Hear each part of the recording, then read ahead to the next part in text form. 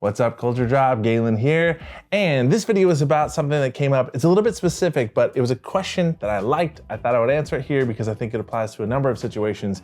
And I'm doing this in a segment I'm calling Leanne Rhymes. And that makes sense because it's, how do I, how do I get through a night without you?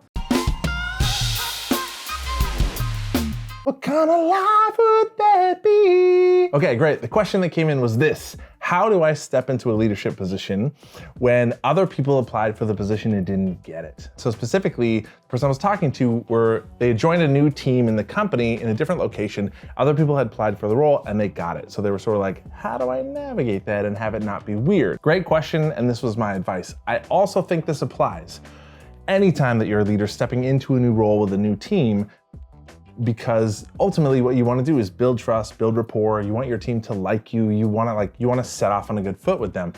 So this is what I suggest that they do. Within a week or two of beginning to work together, I would sit down and have a one-on-one with that person, with each individual employee. In that conversation, I would do something I've suggested before that employees do with a new leader, which is this: just have a conversation that is like, hey, I'm just having this conversation to get a sense from you of basically what a 10 out of 10 would look like from me as your leader. So the purpose of the conversation is, what things do you love about a leader? As a leader, how can I earn a gold star with you? Like really, truly, in terms of like providing everything that you need to be successful and be awesome in your role, like what does a 10 out of 10 look like from me as your leader?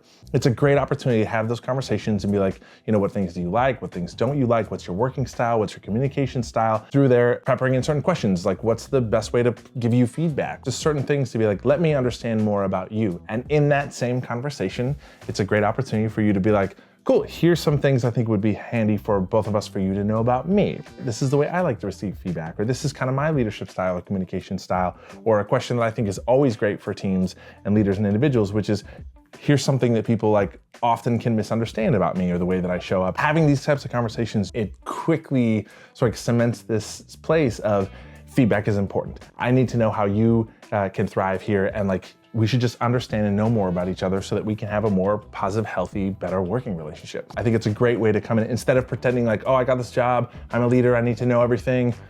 There's no need for that, right? It's like, again, it's coming from a place of being vulnerable, of being like, hey, how can I support you? I'm here to make you look good, to make sure that you have everything you need to thrive and be awesome here. So what do you need from me? How can I support that? I think it's a great way to come in and just like build rapport with people, and something that I think is obvious, but not necessarily everyone is like, oh, I should do this with my new reports. I would go that route of, hey, let's understand each other and have some really meaningful conversations about working better together. Then I need to come in and put on this false front of, I'm perfect, I got this job because I know everything. It's like, don't do that. That turns people off, as opposed to like, let's build connection. Let's have let's start off on a really great foot. I need you in my arms, need you to hold. Okay, you ready? Are you so mad right now? Okay, let's do it. Thanks for watching and tuning in. Subscribe to our channel. We put a lot of content on here. You can also subscribe to the Culture Drop mailing list and get these emails in your inbox every Tuesday morning. Follow our social media channels. Put a lot of free content out about just being more awesome and building great teams.